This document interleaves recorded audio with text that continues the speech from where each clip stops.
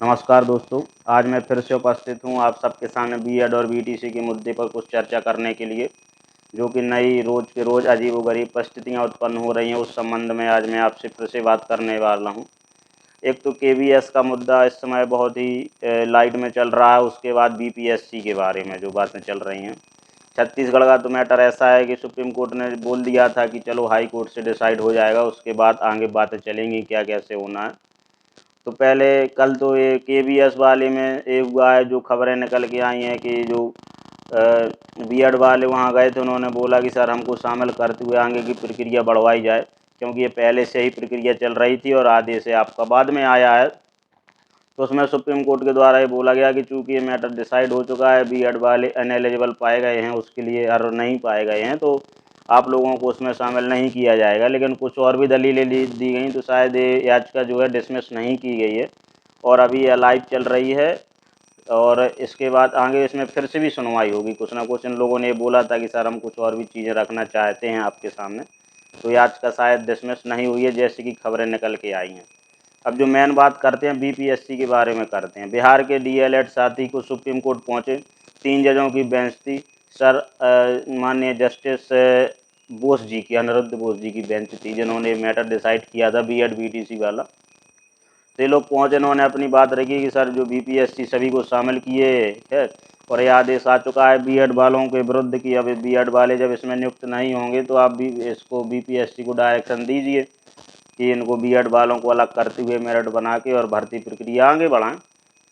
तो जब supreme court ने इस मैटर को सुना, तो उसने फिर ये बोला, माननीय सुप्रीम कोर्ट ने ये बोला कि चूंकि ये मैटर पहले ही डिसाइड हो चुका है, बीएड वाले इसके लिए एलिजिबल नहीं पाए गए हैं और इसलिए ये जब मैटर पहले ही डिसाइड हो चुका है, तो जब 28 जून 2018 का नोटिफिकेशन 11 अगस्त के आदेश में पहले से ही जब जस्टिफाई हो चुका है कि ये सेट असाइड कर दिया गया है, कैश कर दिया गया है, तो इसके आधार पर जो भी प्रक्रियाएं आगे बढ़ी हैं, जब भी बढ़ी हैं, सभी इनवैलिडेटेड हो गई हैं। उसमें साफ साफ लिखा गया है कि इस नोटिफिकेशन के आधार पर जब वो खुद ही प्रभाव में नहीं रहा, तो उसके आधार पर जो कुछ भी हुआ है सब कुछ भी वैलिडेटेड नहीं है। ठीक है, ये सुप्रीम कोर्ट ने बोला। अब इस पे भी नई बहस चल रही है। कुछ लोग कह रहे हैं कि नहीं, ये तो कुछ ऐसी नॉर्मल सी चीज़ें हैं इस मैटर में, अभी ये सुप्रीम कोर्ट ने नहीं बोला है। तो इसके लिए भी एक क्लैरिफिकेशन याचिका लगा दी गई है बीएड वालों की तरफ से। कल ही फाइल हुई है 4 सितंबर को, जल्दी शायद अगले हफ्ते उसकी सुनवाई होगी, जिसमें एक क्लैरिफाई करने के लिए याचिका लगाई गई है कि एक कब से आदेश लागू होगा। 28 जून 2018 का जो नोटिफिकेशन है वो रद्द हो चुका है, तो उसी दिन से लागू हो जाएगा 28 जून 2018 से ही, या 25 नवंबर 2021 से जब हाई कोर्ट राजस्थान का ऑर्डर आया, या फिर जो 11 अगस्त को सुप्रीम कोर्ट का ऑर्डर आया तब होगा, या एनसीटी जो नई सूचना जारी करेगी तब से होगा।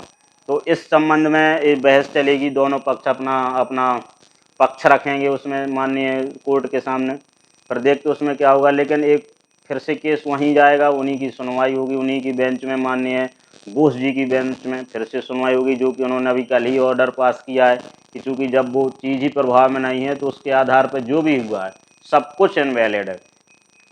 तो उन्होंने इसके बाद ही बोला कि चूँकि आप लोगों ने बिहार को पार्टी बनाया नहीं है, बिहार गवर्नमेंट को यूनियन ऑफ इंडिया के वर्सेस में एक केस किया गया था, तो उन्होंने बोला कि बिहार सरकार पार्टी नहीं है, तो हम डायरेक्ट ऑर्डर तो पास नहीं कर सकते हैं। लेकिन इतना ज़रूर है कि हमें आशा करते हैं कि बिहार सरकार हमारे 11 अगस्त के ऑर्डर को फॉलो करेगी और उसी के फिर क्रम में अपने आगे फर्दर जो भी प्रक्रियाएँ हैं वो पूरी होंगी। अब मेन चीज़ ये आती है कि कुछ लोग कह रहे हैं कि नहीं, सरकार बाध्य नहीं है। सरकार बाध्य है। वो इसलिए है कि एक कानूनी प्रोसीजर है कि वो पार्टी नहीं बना, तो उन्होंने एक ऐसी बोल दिया कि हम एक्सपेक्ट कर रहे हैं। लेकिन अगर बीएड को शामिल करते हुए सरकार ने ऐसा किया कि प्रक्रिया आगे बढ़ा दी, तो वहीं के हाई कोर्ट में तुरंत ही पहुंच जाएगी चीज़। भले ही सुप्रीम कोर्ट बाद में आए हुए, पहले वहीं पहुंच जाएगी, लोग पहुंच जाएंगे, बोल देंगे कि सर ऐसा ऐसा, जब ऐसा ये इसके लिए एलिजिबल है ही नहीं अब, तो अब क्यों इनको ले रहे हो आप। ठीक है, तो इसमें बिल्कुल पेंच फंसना ही फंसना था, कहीं ना कहीं से फंसना ही था। और चूंकि जब सुप्रीम कोर्ट ने मैटर डिसाइड कर दिया है, तो फिर उसमें अब और कोई कोर्ट हमें नहीं लगता कुछ बोलेगी, वही बोलेगी कि कोर्ट को ऑर्डर को फॉलो करो। और जब ये माने बोस जी की बेंच में ये मैटर अभी सुना जाएगा, क्लैरिफिकेशन याचिका के संबंध में, तो उसमें भी मुझे लगता है, क्योंकि जब बोस जी ने ही कल जो 3 जजों की बेंच, इन्होंने ये बोला है कि जब ये नोटिफिकेशन ही रद्द हो गया तो उसके बाद जो भी कुछ हुआ सब रद्द है, समझ लो सब रद्द ही है, सब इनवैलिडेटेड है। अब देखते हैं कि अब क्लैरिफिकेशन आज क्या वो क्या बोलते हैं, ज़्यादा लंबा चलेगा नहीं, 1 2 3 सुनवाई में शायद मामला रफा दफा हो जाएगा, फैसला आने में हो सकता है कुछ महीने 2 महीने का समय भी लग जाए, तब तक चीज़ें जस की तस बनी रहेंगी, अपने जो जैसा चल रहा है वो चलेगा। तो अब देखते हैं क्या चल रहा है। और रही बात केवीएस की, तो केवीएस में तो लगभग ये समझ लो कि बीएड आउट है ही। उसके बाद छत्तीसगढ़ में जो हाई कोर्ट के बाद जो डिसाइड होगा उसके बाद ही कुछ होगा। अभी तो उसमें बीएड को साथ लेके सब कुछ चल रहा है, क्योंकि सुप्रीम कोर्ट ने बोल दिया कि भैया आप अपनी प्रक्रिया आगे बढ़ाएं, हाई कोर्ट इस पर सुनवाई करेगा, जो भी उसका फाइनल डिसीजन होगा वो इसके सब्जेक्ट में हो जाएगा। अभी ये 2 चीज़ें निकल के आ गई। तीसरी बात एमपी में चल ही रहा है, एमपी वाले ही बोल रहे हैं कि चूँकि ये उनकी तो भर्ती ही एक कह के हुई थी कि जो भी निर्णय आएगा इसके कोर्ट के फैसले के अंतिम निर्णय के अधीन रहेगा, तो उसके बारे में भी लगभग वही सब है जो होना चाहिए। अब बीएड वालों के सामने केवल एक ही उपाय बचा है कि सरकार ही कुछ ऐसा करे कि जो उनके लिए बीच का रास्ता निकले, नहीं तो कोर्ट के दरवाजे तो उसके लिए बंद हो चुके हैं। कोर्ट से तो आशा करना नहीं चाहिए, ठीक है, क्योंकि हमें नहीं लगता है कि कोर्ट के द्वारा बीएड के पक्ष में कुछ आने वाला है। तो कोर्ट के आशा अब ना करें, सरकार से ही मांग करनी चाहिए, क्योंकि माननीय सुप्रीम कोर्ट ने अपना बहुत ही अच्छा रिपोर्टेबल जजमेंट सुनाया था, जो कि नियम और जो भी ध्यान में रखते हुए, क्योंकि कहीं ना कहीं सरकार की कमी रह गई थी इस चीज़ को बीएड को इंक्लूड करते हुए, तो सुप्रीम कोर्ट ने उसको वहाँ से अलग कर दिया।